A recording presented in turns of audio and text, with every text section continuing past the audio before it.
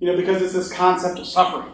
And let's just, you know, let's just say suffering. Yes, it's like knocking your head against the wall. Or, hey, you see that stove over there? Now, if I'm just hurting myself, then, you know, people have done this in my family all the time. This is just what my family does. We just suffer and we put our hand on the hot stove all the time and we're burning ourselves and we're hurting ourselves. That's just what we do. But then you come and ask me, Jeffrey, how can you help me stop hurting myself? And I say, yeah, stop putting your hand on the stove.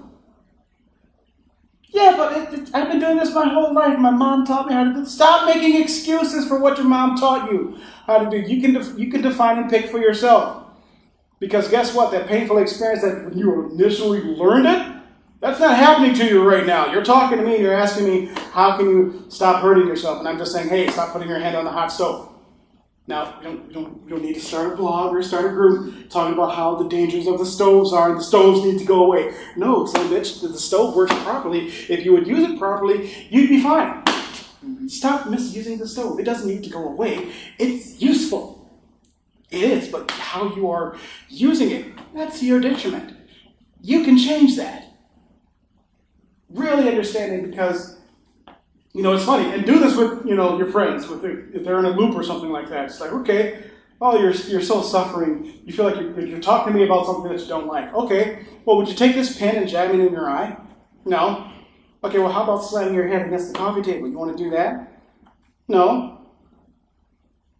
Take this hammer, go into the garage, and whack the hell out of your foot.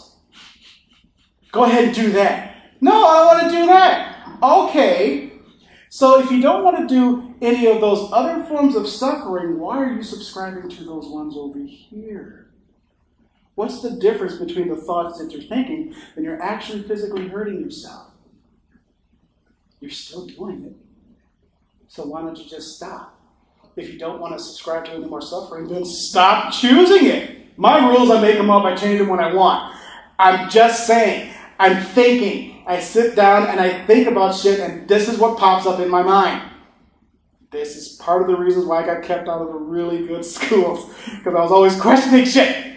You know, doing the work for me, really understanding what's going on there.